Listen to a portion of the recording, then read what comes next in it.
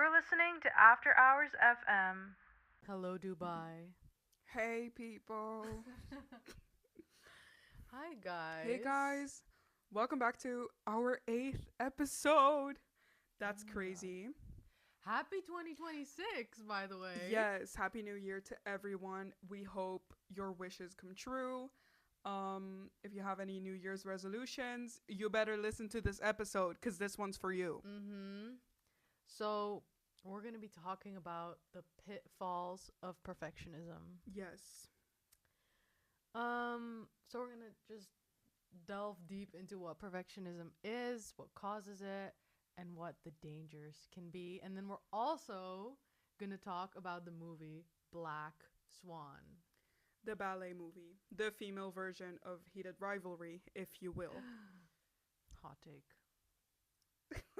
I mean, I hope it's not a hot take. I don't know. I haven't seen it, so I'm just saying. You stuff. haven't seen either. I haven't seen. She hasn't seen either of them. But I know, and I'm a connoisseur, so And I trust you. good. Okay. Let us begin. Now, what is perfectionism? Good question. Want to take a guess? When you feel like everything just has to be perfect. Yeah, pretty much. I mean, I looked it up, right? And then I found this beautiful site called Psychology Today, which I got a lot of information from. And they basically describe it as perfectionism is a trait that makes life an endless report card on accomplishments or looks. When healthy, emphasis on when healthy, it can be self-motivating and drive you to overcome adversity and achieve success. When unhealthy, though, it can be a fast and enduring track to unhappiness. How can it ever be healthy? Well, I mean, it's always good to strive for perfection, but you need to be okay when it's not. You need to also realize that nobody's perfect and that nothing's perfect and that. I didn't know that counted as perfectionism. Well, Psychology Today says that. Also, I read a Forbes article and I thought it was really interesting. They also provide a definition. It goes a little bit deeper, I thought, so I thought it'd be fun to include it. They say that perfectionism is an avoidance mechanism. Stay with me now, stay with me. It acts like a security guard whose job is to keep unpleasant emotions at bay, mainly because these emotions cause pain or discomfort. If the security guard does their job properly and keeps you striving for the highest peaks, then uncomfortable emotions get buried under piles of work and don't have to be experienced.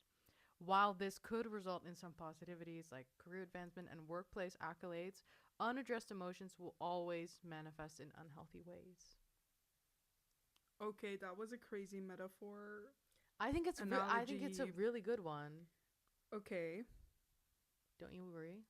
I guess this is like the example of unhealthy perfectionism. Well, then. Yeah. Okay. I mean, it's unhealthy, but it could result. They say while this could result in some positives, I think they mean like this unhealthy habit, this unhealthy trait of perfectionism is a bad thing. Obviously, it's unhealthy, but it could have some positive outcomes, which it does. Okay, yeah, like unfortunately, a lot of coping mechanisms of like bad mental health or whatever can have positive outcomes subjectively speaking. I mean, yeah, from an outsider's perspective, it looks Exactly. really, really good. Like, oh my God, you're getting all good grades and you're thriving at your job, or I don't know, you're number one at your sport or whatever. Just like manic episodes, I feel like everyone describes manic episodes as like the opposite of depression, which it sounds good, right? The opposite of depression, but in reality it's extremely dangerous and it's not good to feel that way. Yeah. No, it's very like can be dangerous and just bad for you. And even though it might look super productive and super fun from an outsider's perspective, it can lead to a lot of bad things. For sure. I just thought it was interesting how they described it as an avoidance mechanism, because I hadn't really thought of it like that. An avoidance mechanism. It makes Yeah, total sense now that I read it, but but like, like to avoid feeling other things, yeah, basically. you're like, and I feel like it's also some like compensating, like, oh, if I'm perfect at this, if I do this perfectly, then, it's okay. If I'm not a perfect person Oh, in other parts of my life, oh my God, Black Swan is so good we're for gonna this episode. we're gonna talk about that. Now, also, I want to talk about the signs of perfectionism because it should not go unnoticed. And if you listeners recognize any of these things, maybe look into it a bit, um, just to be safe. Maybe on Psychology Today Maybe on Psychology Today, or exactly. Forbes Psychology Today, I think, has more information. or TikTok. Don't don't go to TikTok for mental health, please. Mind you, people might see this on TikTok. I know, but don't get advice from people on mental health on TikTok. I mean, sometimes it can help. I know it can make you aware, but that's where it should stop. Okay. You can be aware, but then do your research off of TikTok. Because I feel like too many people self-diagnose off of TikTok. Oh yeah. Like, oh my god, I saw all these TikToks and I could relate, so I must have this too, right? Yeah. Girl, touch some grass. And then people please. will be like, "Oh, if you've ever struggled with concentrating, you have ADHD." Yeah. And if you sometimes feel like other people do not understand you, you're autistic. And if you've ever felt sad when a person close to you died, you're depressed. And it's like, girl, Yeah, no, that's at this point. um moving on. I was going to discuss the signs of perfectionism. Mhm. So, this is also according to Psychology Today, by the way. Perfectionists set unrealistically high expectations for themselves and others. They are quick to find fault and overly critical of mistakes. They tend to procrastinate a project out of their fear of failure. They shrug off compliments and forget to celebrate their success. And they look to specific people in their life for approval and validation. But I feel like in a lot of cases these aren't all applicable. Like, I don't think they always set unrealistically high standards, and I feel like the reason why a lot of people stay perfectionists is because the standards they set for themselves are realistic, but they're just hard to reach and they take a lot of effort, but they're realistic. And then the one about not accepting any compliments, I feel like that's also wrong, because I feel like a lot of perfectionists thrive off of the external validation they get, because I know some academic perfectionists really love academic validation. And imagine if teachers weren't as nice to them when they got their grades back. That might not be like, that's also motivation to keep on going for those goals you set for yourself. I agree, but about the accepting compliments, I feel like um you can, accept a compliment and say thank you so much, or, accept the compliment by saying thank you. Yeah. So it looks like you accept it, but I feel like in your head, a perfectionist is always going to be, oh, but It I wasn't didn't, that good. yeah, it wasn't that good. Like, it's In that internally sense. accepting a compliment, like believing a compliment when you get one. Like, you did a good job on this, and then actually believing that you did a good job. Yeah. And then unrealistic standards, it is realistic to get the maximum score in a test, Yeah. sure. First of all, yes, you can get a 100 or an A or a 10 or whatever your grading system is, but as for us, I don't know how it goes for you at your uni, but that's never meant to be achieved. Like, nobody really gets Yeah. that. Same. So it is realistic, but they're not going to really give it to you. It's realistic on paper, but physically it's not going to be realistic. And then that's one thing, right? Academia, or one test. It is unrealistic to be good at everything in your life and to succeed every single time.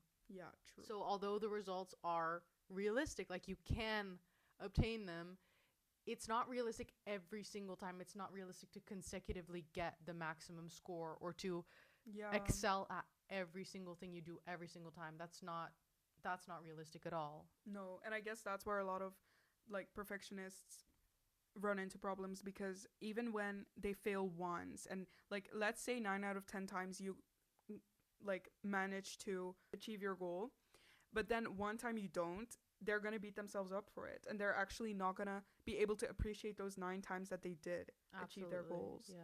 Like that's crazy. So based off of these signs I just mentioned, do you think you recognize some of these in yourself?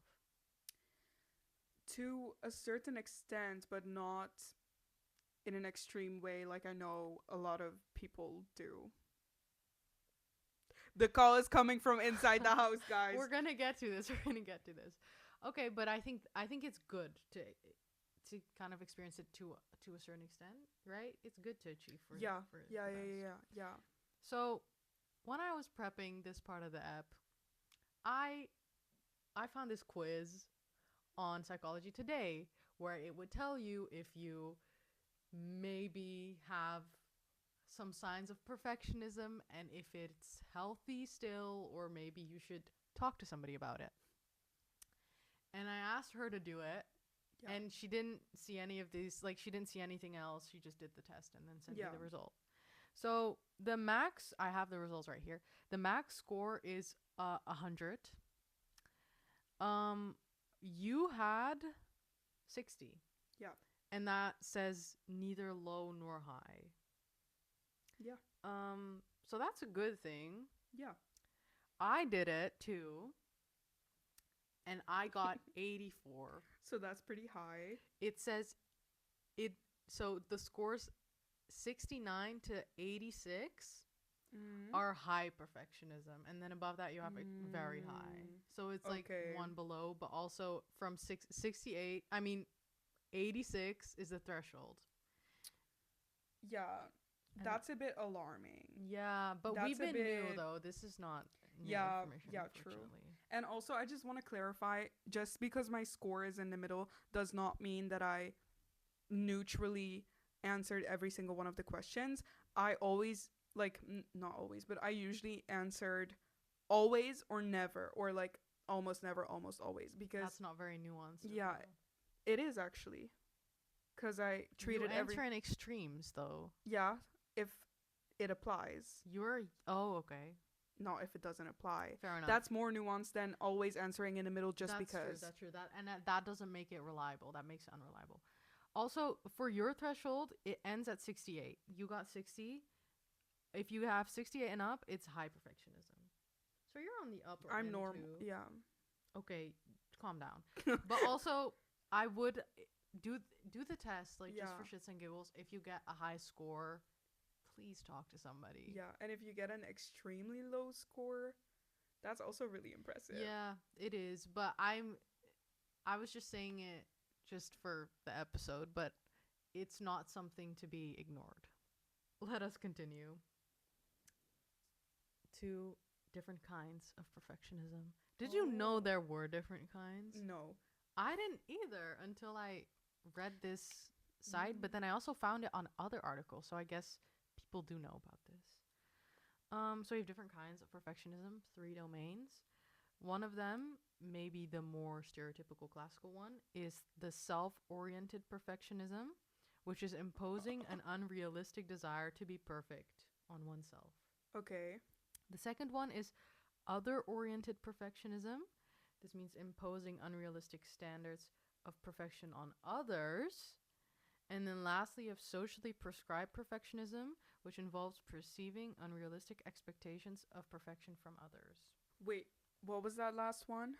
Okay, so the last one basically involves that you feel like other people, like the people around you, so your parents or your boss, they set these high standards for you. So it's not you yourself Yeah. who sets these standards. Oh my god, I know. Now that you say this, like the different types, I feel like a lot of parents that I know have other oriented. Other oriented is when you put these Yeah. high expectations on other people. I feel like a lot of parents do that to their children. Not a lot, yeah, but from from people that I know a few who've experienced that. And also the socially prescribed perfectionism, I feel like it's the other way around. The kids who have parents who have other oriented perfectionism, they get this. Yeah. Now moving on to the dangers of extreme perfectionisms. So the pitfalls. Yeah. Um so perfectionism is in reality impossible. It's an illusion. Yeah, it's a social construct. Perfection. Yeah, for sure. When taken too far, the striving for perfection can lead to negative outcomes like procrastination, a tendency to avoid challenges, rigid all or nothing thinking, toxic comparisons, and a lack of creativity. Bro, it gets worse. Maladaptive perfectionism is often driven by fear of failure, feelings of unworthiness, low self esteem, and adverse childhood experiences.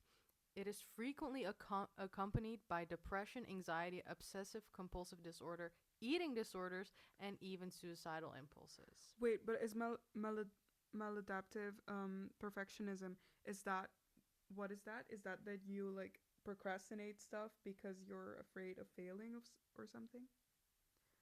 Or when you think about it I need to look it up. excessively? I need to Okay. look it up. I think it's just extreme. Because I know maladaptive daydreaming is a thing. I know that too. Okay, so maladaptive perfectionism is basically just the opposite of of healthy Perfectionism. perfectionism. Okay. So it's the Yeah. flip side of the coin. Definitely the things going on in Black Swan. But that it's definitely like it adds up. It um Yeah. I looked it up or I read about it and perfectionism in itself is not a mental illness or a mental disorder. Good. However, it is very frequently accompanied by A a mental mental, disorder. yeah, like the ones that I just mentioned. Okay. Yeah. So good to know, Especially right? maladaptive perfectionism. Oh yeah, healthy perfectionism is like Not not bad. mental illness. That's why Yeah. it's healthy. Great. Right. Thoughts? Well, I kind of recognize the procrastination I That's what I was gonna ask you. because I am the world's number one procrastinator. If you think you procrastinate more than me, you're wrong. I'm number one. So Unfortunately, I can confirm. I really am. I am a perfectionist when it comes to procrastinating. No, I'm joking. But I I do um, believe that part of my procrastination does come from an idea of like, oh, I want to make it this way, but it's got to be this like so perfect, and I have to spend so much time on it. And I just don't want to start that. And I know it's not going to reach those standards. So I kind of leave it to the last minute so that I don't have to spend that much time on it and I still get a decent result most of the time, which is why I keep doing it, I think. Um, and I feel like a lot of people feel the same way. Like they just don't want to start something because they know it's not going to be perfect, or they know it's going to take an extremely long time to take it to that level of perfection. And they can just kind of save themselves from that struggle by not doing it until the last minute. Yeah, I think a lot of people relate to that. probably. I think a lot of students relate to that. Yeah. But I With don't even, it's deadlines. not just in an academic sense. Like a lot of things I have this with. Like random ass things. But I think it has the most consequences with academically. yeah. So I Yeah. feel like people maybe like they don't do as well as they could because they experience this, you know? Yeah. I want to briefly talk about what can cause perfectionism. So it's primarily driven by internal pressures, such as the desire to avoid failure or harsh judgment. And there's likely a social component as well because perfectionistic tendencies have increased substantially among young people over the past 30 years, which I Oh. thought was interesting, regardless of gender or culture. Greater academic and professional competition is thought to play a role, along with a pervasive presence of social media and the harmful social comparisons it elicits. Yeah, I was gonna say, like, it depends a lot on who you surround yourself with. For sure. But, like, I feel like some people are just more susceptible to it. Yeah, yeah, yeah. And whether maybe you have the best friend group and the best social circle ever, Here I go again talking like a grandma, but these days like social media plays a Yeah. huge role. But that's part of who you surround yourself with, though. Is it Yes, absolutely. your algorithm? Yeah.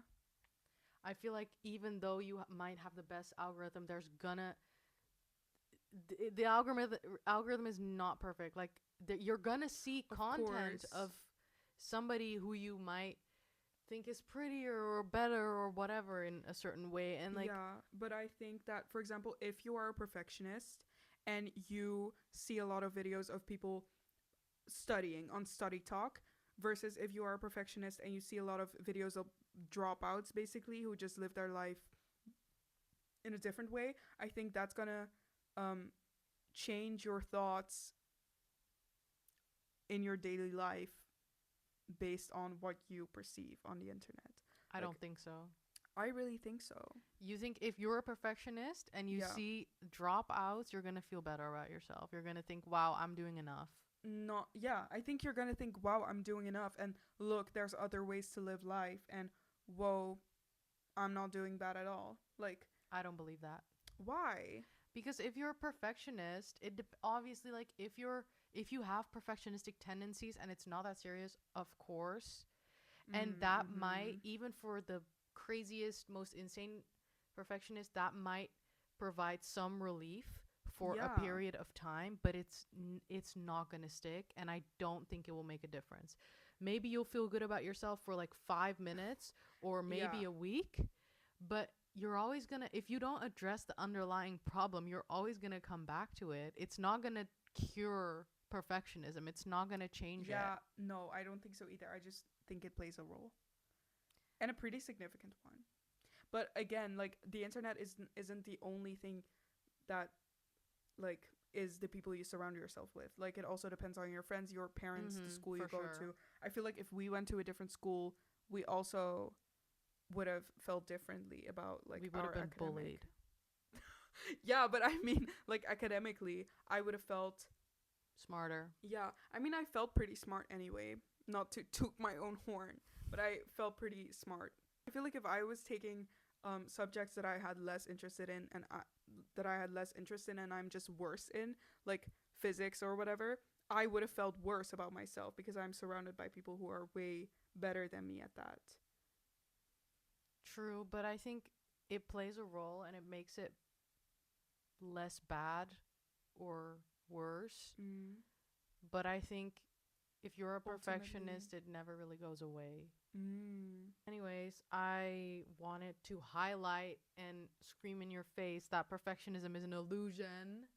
It really It is. doesn't exist. There's no such thing. You know what they say, C's get degrees and A's get lifelong damage from your cortisol levels in your 20s. Who says that? Me. And you guys should remember that. You should. That's a good quote. We should put that on a t-shirt. Yeah, that and bring back nuance. And critical thinking.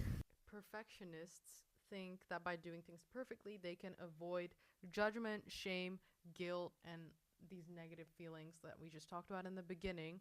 Mm. And it is nice to think that you're in control of what people think of you in some way, and I understand that. Um, but it does not work like this. No, and the thing is, you can't control it. So, No, but there's literally nothing you can do. Nothing you can do yeah, that is gonna make have you exactly. have control over what other people think of you. But I understand. It's nice to think like, oh, if I do this, they won't think badly of me because I'm doing such a good job or something like that. But even perfectionists, I feel like they know this too. They know that it doesn't exist and it's unattainable. Um, nothing or no one will ever be able to create the perfect world in which life is trouble free, which is something the German philosopher Wilhelm Schmid said. Thought it was Okay. applicable. Okay, Um, Wilhelm. okay, Wilhelm. Okay, bars, Wilhelm. Mama hat mir erlaubt, dass ich Cola trinken darf. Right. Jetzt trinke ich Cola und spiele Fortnite. I don't think anybody knows that outside of Europe. I Oh, outside of Europe. no. I feel like everyone in everyone knows this. I don't think people know. You think in the US people would know about that? Yeah. I I don't mean, think I'm so. sure they see German memes. Maybe I'll clip it. I don't know. I don't know about that. I feel like we would get our 70th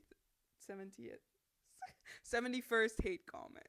Whatever. Please comment something Please, positive. please, guys. We're begging. The ratio between hate comments and positive comments is honestly astonishing. We rarely get comments, but the comments we get are hate. So negative, guys. Please. And it doesn't matter which platform, YouTube, Instagram, TikTok. Like, it doesn't matter. It's just hate.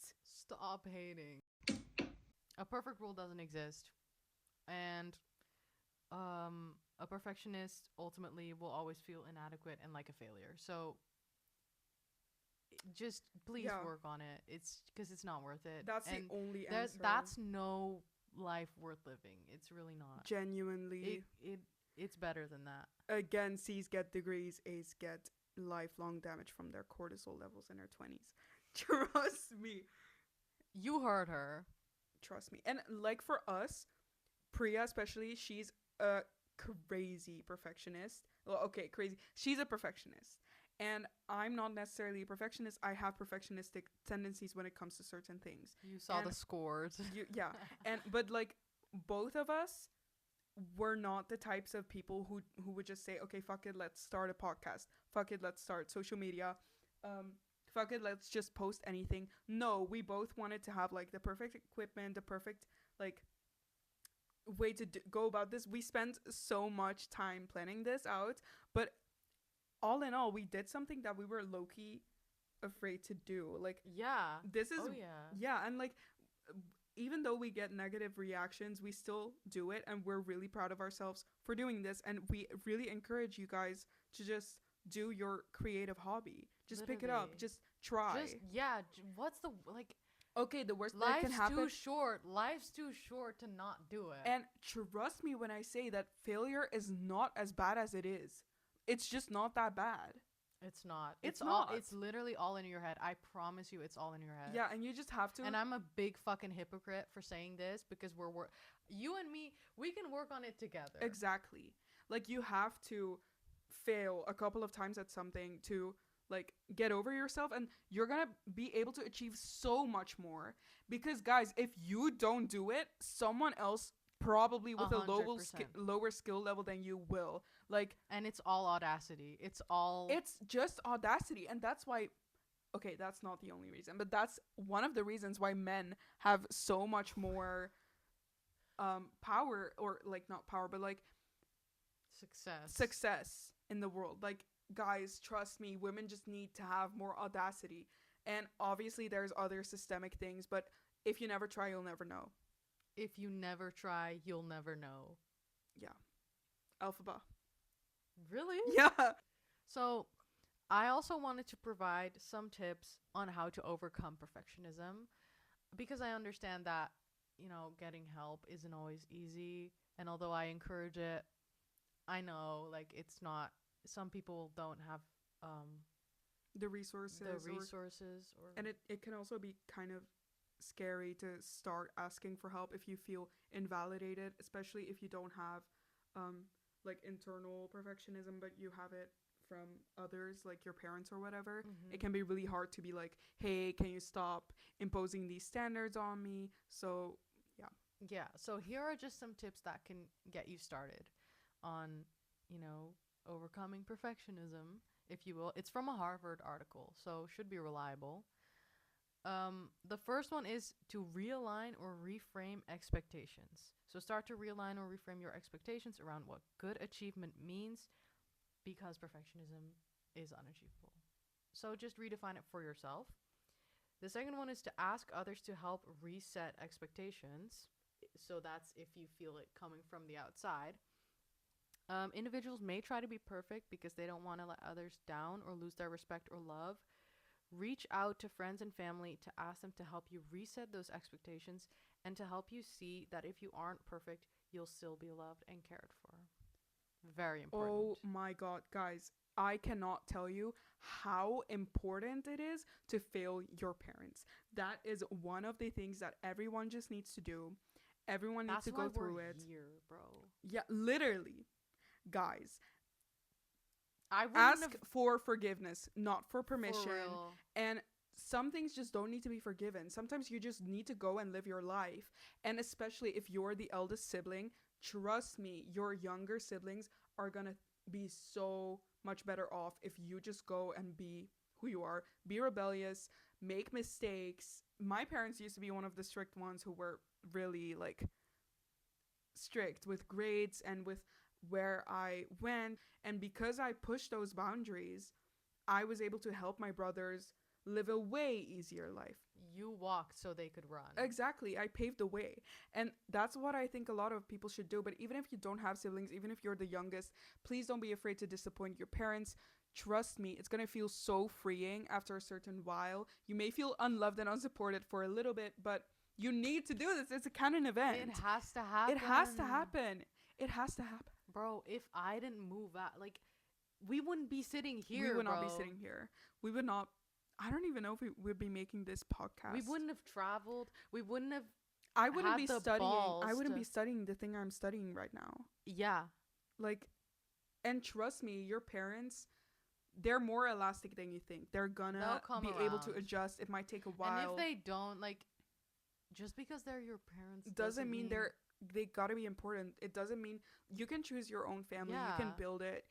Real people who love you will not judge you that quickly. They'll support you no matter what. Yeah, and if people literally don't treat you the way you deserve to be treated, that's exactly who you should not be surrounding yourself with. That's Mhm. unhealthy. You should be living the life that is best for you. You should be like grabbing the full potential and yeah. Make your younger self proud. Okay. Third point. Mhm. Gain perspective on what matters. So for example, when you're in high school, every grade and achievement may seem incredibly important for your future, but gaining perspective will help you realize that being perfect will not necessarily get you ahead. Doing your best is what counts, and embracing failure and learning from it will take you much further than being perfect. If social media is exacerbating feelings of inadequacy, Not you being inadequate right now. I'm joking. You're enough. You are enough. So, but I'm gonna translate this in normal people languages. In normal people language, if you feel like social media is enabling your perfectionism and making it worse, take a break. Please. That's what they're saying in these fancy fucking words. Trust me when I say that I've never seen anyone in one of those communities who actually came out feeling better about themselves or having found comfort or whatever. No, It's such a slippery slope. Don't go down that way. And if you're there, please try to get out of it. or seek help. I know, like, it's hard. Yeah. Okay, fourth point. Practice self-compassion. Very important.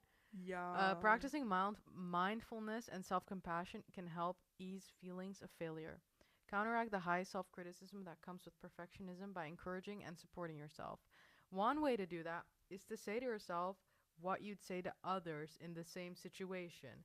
Managing your stress is also important in practicing these behaviors and help to support your overall well-being. That is so true. Please treat yourself like you treat others. For sure. And it's like, Especially if you're a people pleaser. Like, but just try to please yourself. anyways, Yeah. no matter what, Yeah. treat people. The way treat you yours- want to be treated. Yeah. Yeah. And treat yourself the way you want others to treat you. Yeah, And the way you think others deserve to be treated. for sure. Take a shot every time I say for sure. Last point is to seek professional help. Yeah. It's that doesn't mean that you're at rock fucking bottom. You can seek professional help if you're just feeling a little down. Of course, it depends on resources and what's available for you and what you're comfortable with. That being said, though, it's very important to step out of your comfort zone when it comes to this, because literally every mental illness ever on this planet is gonna encourage you to do this alone and like Yeah. not And reach not out. reach out and make you feel crazy for thinking you deserve help. Yeah, so it's always a good thing to seek professional help, even if Yeah. you feel like you might not need it, because everybody can benefit from that. Yeah. And one thing I never hear people talk about, or rarely hear people talk about, is how some people who provide professional help are actually not that good. Like, I've seen one person on Twitter talk about how their therapist invalidated them after they expressed something they struggle with. And they were basically like, oh, it's not that bad. Or like, you're being dramatic. Or like, that's actually not a big deal. A lot of people go through that and you should suck it up. And That's that canon. and I don't hear this a lot, but it happens. And just so you know, just because you struggle with something and then your therapist says it doesn't matter, it doesn't mean it actually doesn't matter. Find another therapist. You should still seek help. But that's easy to say though.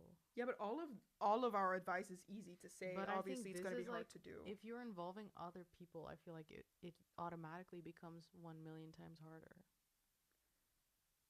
Wait, in what sense? Like, for example, asking for help. Yeah.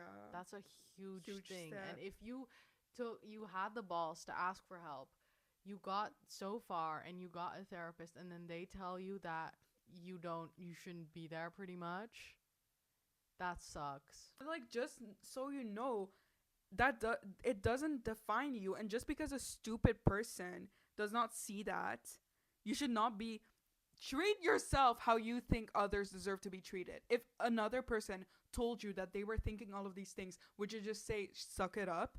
If another friend came up to you and told you, yeah, I told my therapist this and then they told me this, would you say, yeah, I think you deserve to be told that? No. You would say, that is very disturbing. Please seek another therapist. Like, Yeah.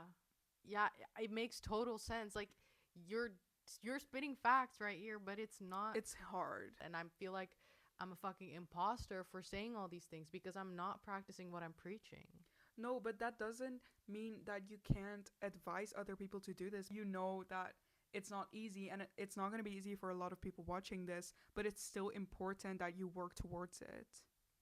Yeah, I And you agree. you can do it. Like, again, You can do it. all for of sure. the things stopping you are mental. They're in your head, and you can overcome them. It's going to take work, but you can overcome them, and it's going to be okay.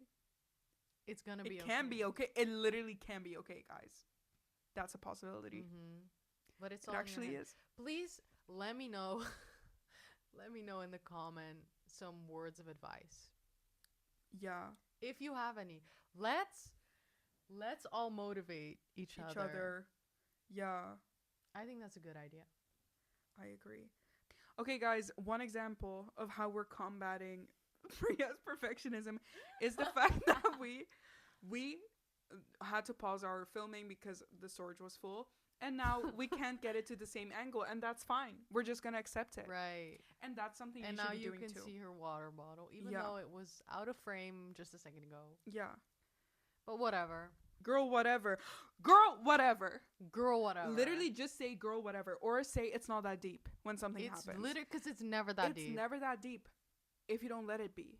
So just say it's not that deep. It's not that deep. It's not that deep. Girl, whatever. Girl, whatever. Girl, whatever. Girl, whatever is such a good one. Yeah, or like, yeah, like literally life goes on, guys. Like, it's not, life does not revolve around your small little mistakes. We live on a floating rock. Mind you. We live on a floating rock. Yeah, just watch that one video of like that eyeball, and then it just think about like a mistake that you made 7 summers ago that was embarrassing. Does that matter anymore? No. No.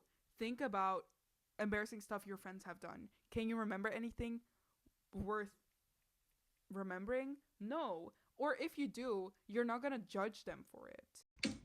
Also, I feel like a lot of people don't want their perfectionism to go away because it's often represented as a good thing in media. Yeah. And people often praise you for it, and they're like, wow, you're so precise, you're so like on top of your game, you plan everything out, Thorough. you're so thorough, like, wow, that's so impressive. But it's also really bad if you do too much. And I feel like a lot of shows and movies often portray the perfectionistic characters. Alex from Modern Family. Yes. Remember that episode where she literally was sleepwalking and like walking, like she was bumping into stuff with her book, and Insane. everybody was like, "Oh, she's fine, she's fine." But also Blair from Gossip Girl, everyone praises her for like always being basically being strict. Like and they being both high had a maintenance. crash out about perfectionism, and nobody really gave a fuck. She felt like Haley, like the older sister, was the pretty one, so she had to be the smart one. Yeah. She said it in an episode, and also her whole crash out at her birthday where she threw the cake and stuff. And like, why didn't we bat an eye, guys? Yeah. And then Blair, I also think no one cared. No, and she had like a really severe eating disorder. Yeah. That, and I've even seen people critique her eating disorder. I've seen people be like, this is actually unrealistic because Blair is so perfect that she would not like, she's so perfectionistic and she's so strict, she would never have bulimia because she wouldn't let herself go like that. She would have anorexia.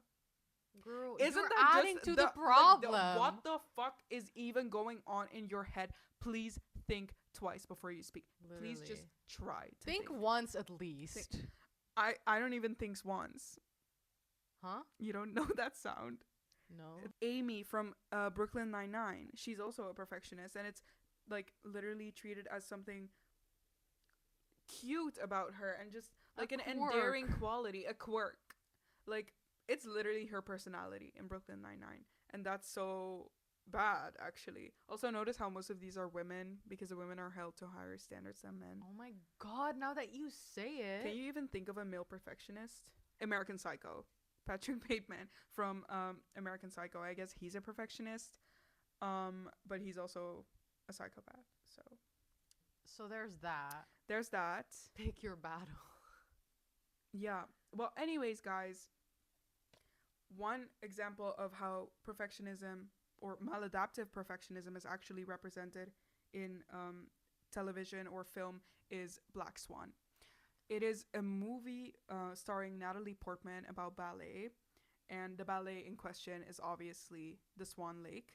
The plot of the Swan Lake is basically a girl gets turned into a swan, and she's very pure, she's virginal and like innocent and whatever, and the only thing that can save her and turn her back into a human is true love. And she almost finds it until the prince that was supposed to fall in love with her falls in love with the Black Swan, who is basically this lustful, seductive woman who seduces him, and then the White Swan doesn't get saved and she commits suicide. Are the swans actual people? They get played like it's in a ballet. Right. So who does Natalie Portman play? Natalie Portman plays Nina. The Nina. Nina. But yeah, so Just basically vote. Just Just vote. vote. Just vote. In the ballet, I think it's the Swan Queen, and she plays both the Black Swan and the White Swan. And yeah, so in the film, Nina, Natalie Portman's character, is really good at ballet. She's always perfect. She has this very cute vibe to her, like innocent, a bit like the White Swan, and that's what the freaking ballet, what is it called? The guy, his name is Thomas. He basically chooses who plays the ballet and he directs it and stuff. Okay. He thinks she's perfect for the White Swan, but she's not as convincing as the Black Swan because she's just too perfect. It's too rigid. She doesn't let herself go. It looks too pure. It doesn't look chaotic and seductive like the Black Swan is supposed to look. And then Nina gets really upset about that, and she is so visibly upset the whole time until she manages to get the role Of Black Swan. of both, like the Swan Queen. Oh, right. So she's the Black Swan and the White Swan because she was good enough. And then there's this girl, Lily. She's new. She's played by Mila Kunis. Oh, really? Yeah. I didn't know she was in this. Yeah, she is. And she is basically new, and she kind of befriends Nina. Spoilers from here on out. She also sabotages Nina. Basically, she tells Toma, like, oh yeah, you're being really hard on Nina. Like, maybe take it easy. She was crying the other day, which obviously makes Toma think Nina's too weak for the role. And then, what's her name? Lily is like, let's go out. You should be out. You should, like, let yourself go a bit. And they go drinking, and she even drugs, Nina. Yeah. And they also have sex. Really? They do, yeah. Guys, this is literally female heated rivalry. Willa Woo? MLM, flip Flip it it around. around. WLW. Yeah. Literally, guys. And this Wow. rivalry is much more heated. Let me tell you that. Let me tell you that. But yeah, so basically they Is even that a play on words? yeah. So then after that night out, obviously, okay, so Nina lives with her mom, and her mom is super strict, and she didn't even want to let Lily in the house when she knocked on the door. But then Nina was kind of sick of her mom's behavior, and she was Yeah. like, "No, let her in." Like, and then she opened the door herself, and then she left because she was mad at her mom. Then when she came back with Lily, her mom was so upset, and she was like, "Have you been drinking? What else have you been doing?" And then she is like super upset. So the next morning, obviously Nina doesn't wake up early, and the next morning is the day of the play, by the way, the ballet, Oh. the day of the ballet. And then Lily wakes up, she goes, and she's the understudy, like she's Oh yeah. the Yeah. alternative girl. And Nina is late, and she's like, "No, I don't care, I have to do it." And then the Thomas is like, "Oh, it's fine, like your mom called that you were sick and that you couldn't make it today." She's like, "No, I'm gonna do it." And then she just paints her face, she goes on stage, she dances as the white swan, she comes back, changes into the black swan outfit, and then in the dressing room is Lily. Just like how we mentioned earlier in the episode that perfectionism often goes paired with a mental A mental illness. yeah. The mental illness in this movie is schizophrenia. So What? yeah, so Nina is schizophrenic, and Oh. yeah, she scratches herself, and she like imagines that she's like, it's really no, it's not really gory, but it's a bit disturbing. Like she pulls back the skin on her fingers, but it's fake, and she scratches herself in her episodes and has to cut her nails, and her mom is really protective of her because of this. And she also kind of hallucinates seeing herself in the mirror, or like her reflection moving. And when she was in a dressing room, she saw Lily, and Lily was basically being very mean to her and being like annoying. And then she starts choking Nina, and then obviously Nina is scared, and she pushes Lily into the mirror and then stabs her with one of the mirror shards, um, which is obviously very disturbing. But then Lily disappears, and Nina sees that she stabbed her other self, basically. She goes on to dance, she keeps on dancing, and then at the end of the dance, like at the end of the ballet, she has to fall from a surface and then die. Like that's the suicide she committed as the white swan, but she actually dies because she stabbed herself. And then, oh my god, and then she says, "I finally feel it. Perfect." Like she felt perfect at that that's moment. so good. That's such a good last line. It's even better because she mentions it earlier that she wants to be perfect, and the guy Thomas, he's like, "You can't be perfect. Perfection is not a thing, and to be perfect, you can't just be controlled all the time. You have to let yourself go as well." Mm-hmm. And she literally let herself go at the end. She let herself go as well. But it's crazy because you can see so clearly that her entire mood is dependent on her goal. Like she wanted On to be how the well Swan she Queen. performs. Yeah, but also just getting the role. Like Yeah. she wanted to be Swan Queen so bad, and she was so stressed before, and then she got the role. She was so happy. She cried. She ran into her mom's arms. And then there's this scene of someone writing "whore" on the mirror, and she was obviously crying and wiping that off, but she was still so happy that she got the role because that's the only thing that mattered to her. And then when Lily became like the Understudy. stand-in, yeah, like the, I don't know what it's called, like the alternative ballerina that would perform if she was sick. She was so upset about that, and then Lily kind of made up for it, and then she was like, "Okay, I feel good again." And then the next morning when she goes and she sees that Lily is already dressed and ready to perform, she's sad again and stressed. And then when she performs, she feels good again, and then she makes a mistake. She falls. Then she feels bad. Then she goes into her dressing room. Lily's there. She kills her or herself. And then she goes back and she feels good again because she performed well. And if this is not a good movie that kind of makes you believe that you should be doing something about your perfectionism because it's only going to lead to bad things, I don't know what is. This is your sign, guys.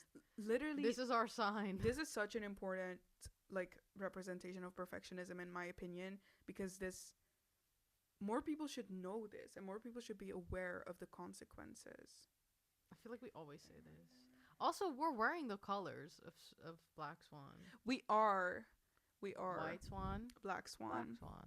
Yes. Her schizophrenia is also kind of used as a tool to portray the consequences of perfectionism, I think, because it's like literally driving yourself crazy with your own expectations and thoughts that are only mental. And yeah. And then also, of course, part of it is also eating and eating disorders. Like at one point when she gets the role, her mom gets her a big cake and she's like, oh yeah, but don't cut me a slice that's too big. And then the mom is like, but we have to celebrate. And then she's like, yeah, but just a small slice please. And then her mom gets mad and she's like, okay, then I'll throw the whole cake away. And then she's like, no mom, please don't do that. Like, but that's also such a double-edged sword, because because if she didn't get the role, she probably wouldn't have eaten the cake anyways, because she would feel like she doesn't deserve it. Yeah. And then so there's really no winning. Yeah, and then when Lily came over the night before the performance, she was like, let's get dinner. And then she was like, oh, I don't know. And then Lily's like, oh, of course not. Like, let's get drinks. As if food was not even an option. Yeah, that's crazy. So, and I think that's also a very big part of perfectionism in women, unfortunately. Food just plays a role, unfortunately. Yeah. But yeah, what do you think of the movie? I mean, I haven't seen it so chaotically, but I feel like I get it though. You're very thorough in your explanation, so I get it, and I feel like it's a good embodiment and physical representation of perfectionism and how bad it can get, because although it seems super unrealistic, it's really not that unrealistic. Obviously, maybe the end is. Yeah. And schizophrenia is not a very common mental illness, I think. Yeah. But it's like, it's really not as unrealistic as you might think it is, because if you don't, people die from a lot of mental illnesses, so it's not. And just so you know, like even if you only watch the first part and not even a part where she starts scratching herself and doing crazy things and eventually kills herself, she genuinely seems to be living such a miserable life in our eyes, because she has no friends. She goes home to her mom and she just is stressed about her goal in ballet. And then imagine if she didn't get the role. Her life would be over. Like, she wouldn't be living any type of life. And then even when she gets the role, she's so happy that it's almost sad that she cares about it so much, because she doesn't really have other aspirations other than being perfect. And that's so easy to see as an outsider, and that's easy to say as an outsider, but it's harder to recognize when you're the one in that situation. Because you have to recognize it within yourself, because nobody really spends 24/7 with you all the time and sees that, you know, this is consuming your every thought. Exactly. Yeah. And it's hard to recognize within yourself because it's become so normal for you, but it really is that bad. It really is. What a positive note to end it on. I mean, I feel like if you have doubts about anything at all, even if it's just perfectionism and it's not that bad and it's not accompanied by anything, but you feel like maybe, you know, something's not right here, maybe I'm focusing a little bit too much on this and I feel too passionately about whatever, I feel like it's always good to just talk about it. Yeah, and just so you know, like, just because you overcame your perfectionism doesn't mean you're less ambitious. It doesn't mean you're less smart. It doesn't mean you're less hardworking. It just means that you have a healthier relationship with yourself, and that's good. That's not, you should not be proud of being unhealthily obsessed with something. And I feel like a lot of people praise it, and it's just society's fault. It's not.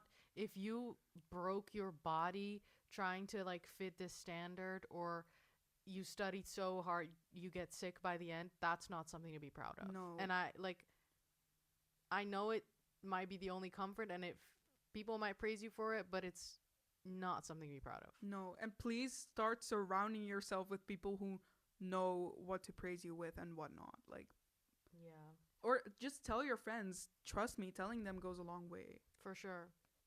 That's half the work. Telling Yeah. somebody is half the work. Yeah, and that can also be really hard, but it changes a lot. For sure. Like, if I accidentally said something offensive or like damaging to a friend, I would really want to know, and I would just like be happy if a friend felt comfortable enough to tell me, and I'd be really happy to have learned that lesson so I don't make the same mistake twice. If you're friends with somebody, truly, don't you want to get to know them Yeah. as much as possible? And if your friend gets mad at you for like speaking up, is that really your friend? Or just let them cool down a bit. But yeah, if they Yeah. stay mad, that's not your friend, guys. Wow, I feel like we were the therapists this Yeah, episode. for real. But maybe Whoa. it's good for a change, right? If you've studied psychology, leave feedback in the comments. Literally, leave let advice. us know. Leave advice anyways. Like, Yeah, motivate each other, please. yeah. Leave your own experience, like If you're comfortable. yeah, if you're comfortable, or just your own 2 cents. If you're a perfectionist, let us know. If you're the opposite, let us know. That's also really interesting. Yeah, That's it. that's it for today. Thank you so much for listening. Yes. So we release podcast episodes every 2 weeks on Fridays at 5 p.m. CET. And we also have a radio show every Tuesday, every 2 weeks on Tuesdays at 2:30 CET. We also make YouTube videos Oh occasionally. my god, we just released one. Yeah, it's about astrology. Our next one is about Gossip Girl. Or are we gonna do Stranger Things? Oh, or Stranger Things. We're plotting the next We're one. plotting, yeah. But we also have an Instagram and a TikTok. It's called afterhoursfm.podcast. We also have Twitter, afterhoursfm Without the H. without the H. So follow us on there. Leave your comments, your feedback, pros, no. Leave your comments, Yeah. feedback, whatever. We'd love to know. Yeah. Um, Please leave positive please. comments. We need more positive comments. Like, it's actually a bit disturbing. Yeah. The comments have been getting us recently. Yeah. But not us. We're No. strong, but like they've been there, unfortunately. That's it. Yep. See you. Bye. Bye.